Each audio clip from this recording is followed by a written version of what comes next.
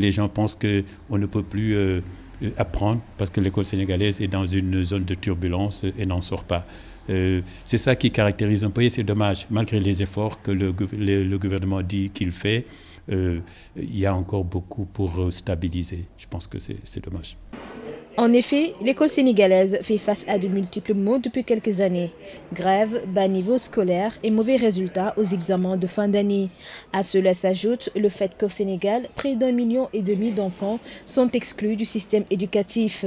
Pour pallier cette situation et booster l'éducation sénégalaise, le projet Télé-École a été créé par des enseignants et chercheurs. Son objectif est de promouvoir l'éducation, la formation et l'entrepreneuriat à travers la télévision. Mais la ligne de conduite, elle est tellement juste. Télé-École est une télévision éducative. Éducative dans le sens où elle s'intéresse à toutes les problématiques qui touchent l'éducation de près ou de loin et qui ont besoin d'une plateforme de transmission et de diffusion pour que l'ensemble des parties prenantes soient au courant de ce besoin-là, c'est-à-dire l'éducation. On est parti d'un constat, c'est qu'il y a beaucoup de télévision, mais il n'y a pas assez de contenu éducatif. Ce qu'on voulait, c'est pouvoir pallier ce manque en créant une plateforme qui permette aux élèves, aux étudiants, aux parents, mais aussi à des professionnels d'avoir accès à un contenu éducatif. Donc l'objectif, c'est ça. Et c'est aussi de permettre de donner à des professionnels des contenus qui puissent les intéresser, parce que nous avons aussi dans Télé-École une rubrique qui s'appelle Télé-Entreprise. Donc ça ne s'adresse pas forcément qu'aux élèves et aux étudiants, mais ça s'adresse aussi aux professionnels et à tous les acteurs de l'éducation.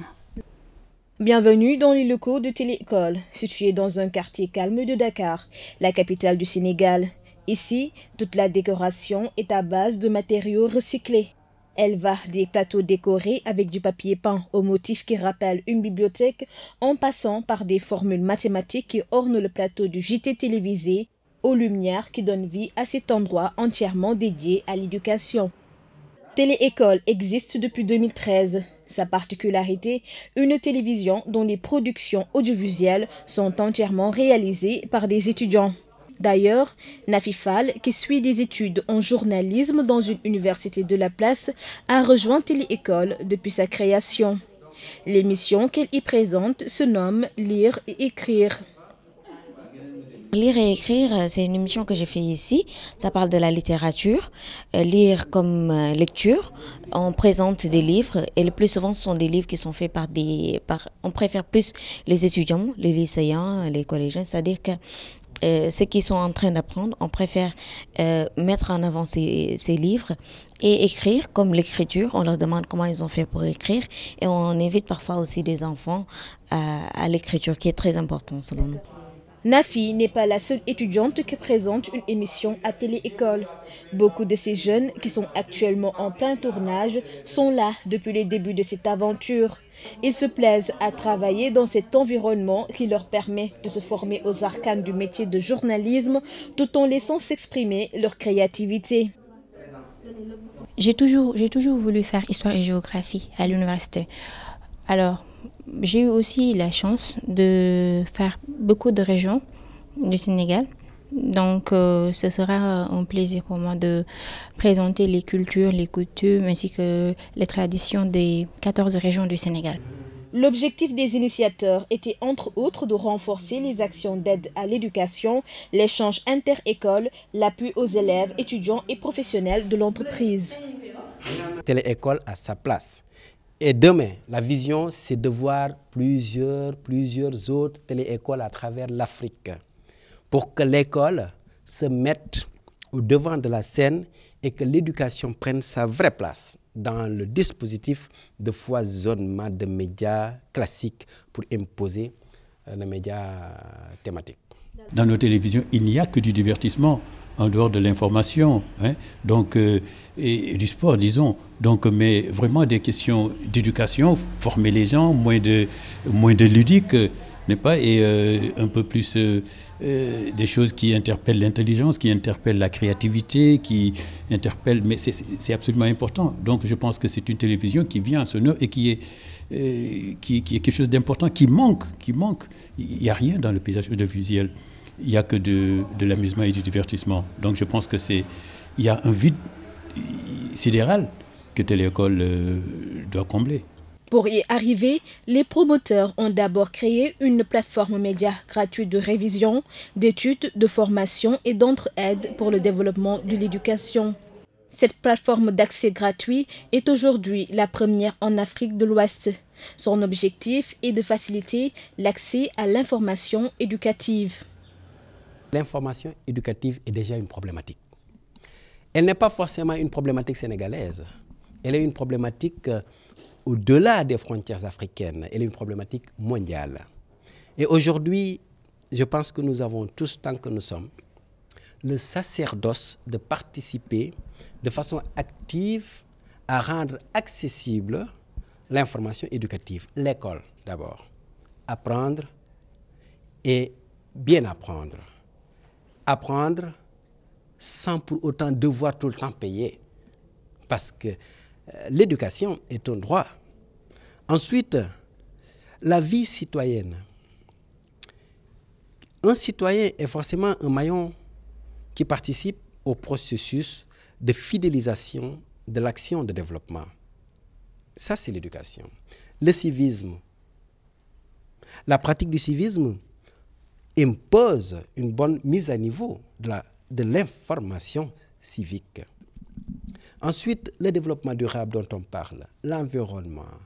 Toutes ces questions qui tournent autour de l'éducation-là ne sont pas forcément accessibles aux jeunes. Et si cette frange de la population, c'est-à-dire la jeunesse, n'est pas mise à niveau, si elle n'est pas outillée, si on ne l'implique pas dans ce processus de collecte de l'information éducative de façon responsable, eh bien, cette jeunesse continuera à être suiveur. Et il est temps qu'on la transforme, non pas en consommateur, mais en consomme-acteur. Pour une bonne marche du projet Télé-École, des commissions sont créées avec des présidents accompagnés par des équipes d'experts. Leur rôle est de veiller au bon fonctionnement et à l'image de la télévision afin de ne pas basculer vers le divertissement. Personne n'est compétent dans tout. Moi, je suis économiste de développement, mais je ne connais pas la télévision. Même si je connaissais un peu la télévision, je ne connais pas la pédagogie.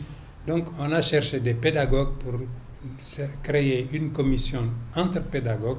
On a pris des communicateurs pour créer une commission de communication pour nous guider. Parce que dans ce genre de domaine, le moindre faux pas devient historique et tout le monde vous écrase ou tout le monde vous crée des problèmes. Donc, pour éviter de mettre les pieds là où il ne faut pas, on a créé des commissions. Et chaque commission a regroupé autour d'une personne reconnue dans ce domaine-là d'autres compétences pour pouvoir lui aussi prendre des précautions et ne pas nous envoyer dans une galère ou en tout cas dans une voie sans issue ou sans valeur réelle. Okay? Et c'est pour ça qu'on a créé toutes ces commissions pour nous guider. De nombreux projets sont également mis en œuvre grâce à Télé-École. Parmi eux, YES, YAF Entrepreneurship and Success, qui vise à promouvoir l'entrepreneuriat au sein des écoles. Le projet qu'on lance qui s'appelle YES.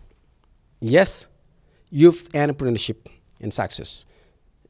Ce qu'on voudrait, c'est réaliser de façon concrète ce que les Assises nationales de l'éducation du Sénégal ont proposé en slogan, c'est-à-dire apprendre pour entreprendre.